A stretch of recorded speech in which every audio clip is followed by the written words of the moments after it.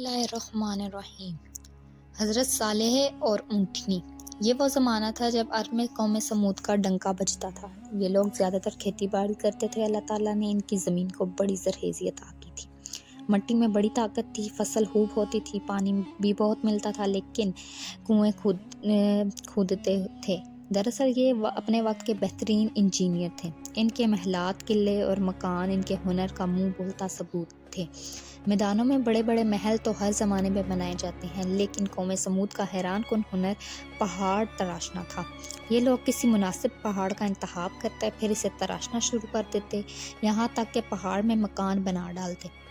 یہ مکان غار نما ہرگز نہیں تھے، بلکہ ان میں ہوا اور روشنی کا مناسب انتظام ہوتا۔ پہاڑ میں تعمیر ہونے کی وجہ سے یہ بہت مضبوط ہوتے تھے۔ ان خوبیوں کی وجہ سے پورے علاقے میں ان جتنا خوشحال اور طاقتور ملک کسی کا نہیں تھا، اور یہ خوشحالی اور طاقت ہی کا گھمنڈ تھا جس نے انہیں مغرور اور ظالم بنا دیا تھا، اور ارد گرد کی بستیوں پر ظلم کرنا ان کے لیے ایک کھیل کا درجہ رکھتا تھا۔ خدا کی بخشی ہوئی نعمتوں کی وجہ سے سمود کے لوگ عیش کی زندگی بسر کر رہے تھے اور اپنے نبی اور رسول حضرت ہود علیہ السلام کی تعلیمات کو بھلا چکے تھے۔ انہی حالات میں ایک نوجوان کا چرچا ہوا، سرخ و سفید رنگ، لمبے قد اور مضبوط، جس کا مالک یہ نوجوان عام لوگوں سے الگ تھلگ رہتا تھا۔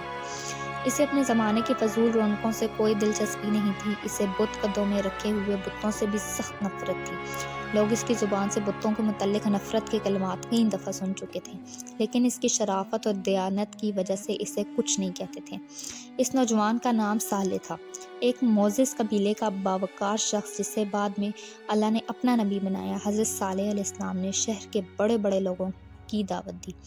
انہوں نے کھانا کھلانے کے بعد لوگوں کی آمد کا شکریہ ادا کیا اور انہیں بلانے کا مقصد بتاتے ہوئے کہا، اے لوگو، آج میں تمہیں وہ باتیں یاد کرانے کے لیے بلایا ہے جن کو تم بھول چکے ہو۔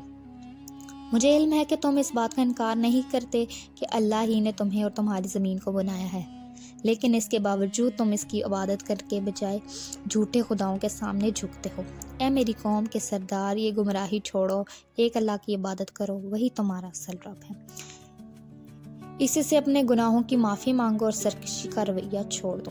حضرت صالح علیہ السلام کی گفتگو کے جواب میں ان سرداروں نے کہا، اے صالح، ہمیں تم سے بہت امیدیں تھیں، ہم تمہیں بہت معزز اور باوقار شخص سمجھتے تھے، لیکن تم نے ہمیں گمراہ کہہ کر ہمارے باپ دادا کے دین کو گالی دی ہے۔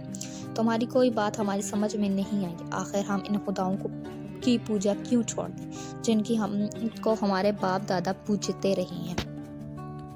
تم نے ہمیں بہت مایوس کیا ہے۔ حضرت صالح علیہ السلام نے انہیں سمجھانا چاہا، لیکن وہ ناراض ہو کر وہاں سے اٹھ گئے۔ انہوں نے حضرت صالح علیہ السلام کو خبردار کیا کہ اگر انہوں نے یہ باتیں عام لوگوں میں کی تو نتائج کے وہ خود ذمہ دار ہوں گے۔ حضرت صالح علیہ السلام نے سرداروں کی تحقیق کو کوئی اہمیت نہیں دی اور اپنی رسالت کا عام اعلان کر دیا۔ یہ خبر جنگل کی آگ کی طرح پھیل گئی کہ صالح نے رسول اللہ ہونے کا دعویٰ کیا۔ انہوں نے اپنی قوم کو بتایا کہ وہ حضرت نوح اور ہود علیہ السلام کی طرح کے رسول ہیں۔ ان کا انکار کرنے پر اللہ ان پر عذاب نازل کرے گا، مگر طاقت کے غرور میں پڑے ہوئے سرداروں اور مذہبی لیڈروں نے لوگوں کو یہ کہہ کر تسلی دی کہ اگر وہ اللہ کی نافرمانی کر رہے ہوتے تو اور گناہ کی زندگی بسر کر رہی ہوتی تو اللہ انہیں پورے عرب میں اتنی عزت نہ دیتا، ان کی زمینوں کو اتنا سرسبز نہ بناتا اور ان کے محل اور پہاڑوں میں تراشے ہوئے مکان اتنے عمدہ نہ ہوتے۔ بتخانوں کے مالک یعنی کاہن کہتے، اے لوگو، خود سوچو، جو ہاتھ گناہ گاروں ان ہاتھوں میں اللہ یہ ہنر کیوں پیدا کرے گا جن کی وجہ سے وہ پوری دنیا میں معزز بن جائے۔ کچھ جھوٹے دانشور دور کی کوڑی لائے اور کہنے لگے، دراصل اس صالح کا علیحدہ اور تنہا رہنے سے نعوذ باللہ ذہنی توازن بگڑ گیا ہے، اس لیے یہ اپنے باپ دادا کو گمراہ قرار دے کر ایسی بہکی بہکی باتیں کر رہا ہے۔ کچھ زیادہ ہماری ہمدردی جتاتے تو کہتے، بیچارے صالح پر کسی بدروح کا سایہ پڑ گیا ہے۔ بعض تو یہ کہنے سے بھی باز نہ آئے کہ صالح جادوگر ہو گیا ہے۔ کچھ سردار کہتے، ہمیں یقین ہے کہ صالح نے یہ سارا چکر اس لیے چلایا ہے کہ وہ لوگوں کو بیوقوف بنا کر سردار بن جائے، یہ بہت چالاک ہے۔ لیکن حضرت صالح علیہ السلام نے سرداروں اور بت قدوں کے کانوں کی بات کی کوئی پرواہ نہ کی اور اپنی تبلیغ جاری رکھی۔ آپ کی کوششوں کچھ لوگوں نے ایمان قبول کر لیا اور آپ کے رسول ہونے کا اقرار کر کے شرک اور بری باتوں سے باز آ گئے۔ ان میں اکثر ایسے تھے جو غریب اور عام لوگ تھے۔ قوم کے سرداروں نے ان ایمان لانے والوں کو بیوقوف قرار دیا اور حضرت صالح علیہ السلام کا خوب مذاق اڑایا۔ کئی برسوں کی تبلیغ کے بعد سمودی قوم آپ سے تنگ آ گئی۔ وہ آپ کو اپنے طاقت اور قبیلے کا معزز شخص ہونے کی وجہ سے کوئی نقصان بھی نہیں پہنچا سکتی تھی۔ ان دنوں قبیلے کے کسی فرد کے قتل ہو جانے پر جنگ کا لمبا سلسلہ شروع ہو جاتا تھا۔ چنانچہ قوم کے سرداروں نے بت قدوں کے کانوں سے مل کر ایک دفعہ بنایا۔ یہ لوگ حضرت صالح علیہ السلام کے پاس گئے اور کہا، اے صالح، ہم تمہاری باتوں سے سخت تنگ آ گئے ہیں۔ تمہاری عذاب کی دھمکیوں نے ہمارا جینا مشکل کر دیا ہے۔ ہماری خوشحال اور رنگین زندگی کو تم نے کباب میں ہڈی بن کر تباہ کر دیا ہے۔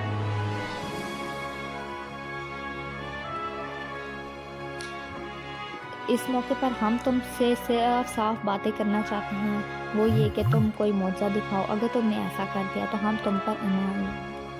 تب ایک دن حضرت صالح علیہ السلام نے اللہ کے حکم پر اونٹنی کی طرف اشارہ کرتے ہوئے کہا، یہ اونٹنی اللہ کی نشانی ہے، یہ تمہارے مطالبے پر بیچی گئی ہے، اس لیے ایک دن یہ پانی پیے گی اور دوسرے دن تم۔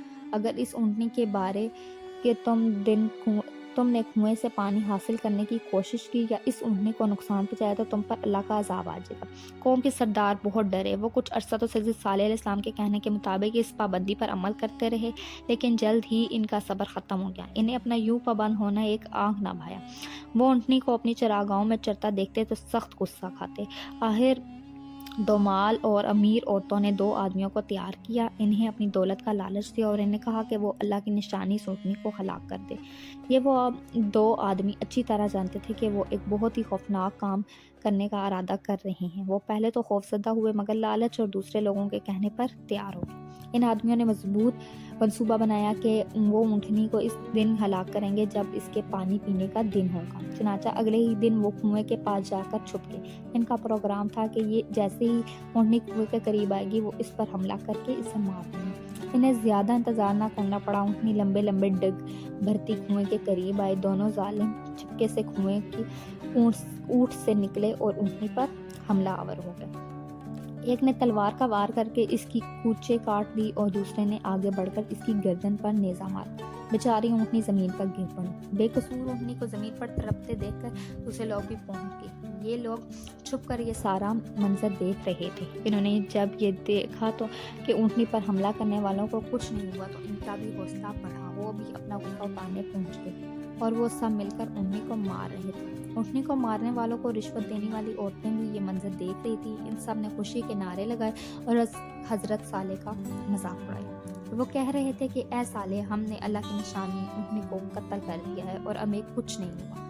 یہ بیوقوف لوگ نہیں جانتے تھے کہ انہوں نے اللہ کی دی ہوئی مہلت کو اپنے ہاتھوں سے ختم کر دیا۔ حضرت صالح علیہ السلام تک یہ خبر پہنچی تو آپ کی آنکھوں میں آنسو آ گئے۔ آپ نے فرمایا کہ اب قوم سمود کی مہلت ختم ہو گئی۔ ان لوگوں پر 24 گھنٹوں کے دوران ایسا عذاب آئے گا کہ ان کی بستیاں عبرت کا نشان بن جائیں گی۔ حضرت صالح علیہ السلام کی یہ بات جب اونٹنی کے قاتلوں تک پہنچی تو بہت خوفزدہ ہوئے، لیکن معافی مانگنے کے بجائے انہوں نے حضرت صالح علیہ السلام کو شہید کرنے کا منصوبہ بنایا۔ 9 قبیلے اکٹھے ہو گئے اور ہر قبیلے سے ایک ایک جنگجو منتخب کیا گیا اور یہ فیصلہ ہوا کہ رات کو حضرت صالح علیہ السلام کے گھر پر حملہ کر کے ان کا قصہ پاک کر دیا جائے۔ انہوں نے ایک دوسرے سے وعدہ کر لیا کہ حضرت صالح علیہ السلام کو شہید کرنے کے لیے سب قبیلے ایک دوسرے کا ساتھ دیں گے۔ یوں حضرت صالح علیہ السلام کا قبیلہ باقی قبیلوں سے بدلہ لینے کی جرات نہیں کر سکے گا اور ڈر کر خاموش ہو جائیں گے، لیکن اللہ نے اپنے قانون کے مطابق ان کافروں کو اپنے منصوبے پر عمل کرنے کی مہلت ہی نہ دی۔ اللہ تعالیٰ کا قانون ہے کہ اس کے رسولوں کو ان کی قوم یوں شہید نہیں کر سکتی۔ اگر قوم اس کی کوشش بھی کرتی ہے تو اس پر عذاب آ جاتا ہے۔ چنانچہ حضرت صالح علیہ السلام کو اللہ نے حکم دیا اور وہ اپنے ماننے والوں کے ساتھ لے کر راتوں رات وہاں سے نکل گئے۔ اسی رات وادی میں ایک خوفناک طوفان آیا۔ بگولے کی شکل اس طوفان کی گرج انتہائی دہشتناک تھی۔ اس نے اہل سمود کو تنکوں کی طرح بکھیر کر رکھ دیا۔ مضبوط محلوں، قلعے نما مکانوں میں رہنے والے یہ بدقسمت لوگ اب اللہ کی پکڑ میں تھے۔ صبح ہوئی تو ان کی بستی عبرت کا نمونہ بن چکی تھی۔ ایک بھی کافر زندہ نہیں بچا تھا۔ مکانات اور محلات کا تو ذکر ہی نہیں تھا۔ پہاڑ بھی یوں نظر آ رہے تھے جیسے ہوا ان کے آر پار ہو کر گزری ہو، اور یہ پہاڑ اور محل پتھروں کے نہیں بلکہ کپڑے کے بنے ہوئے تھے اور ہوا نے آگ کی طرح ان کو جلا کر تباہ کر دیا تھا۔ حضرت صالح علیہ السلام ایمان لانے والوں کے ساتھ فلسطین کے علاقے رملہ کے قریب آ کر آباد ہو گئے اور باقی زندگی وہیں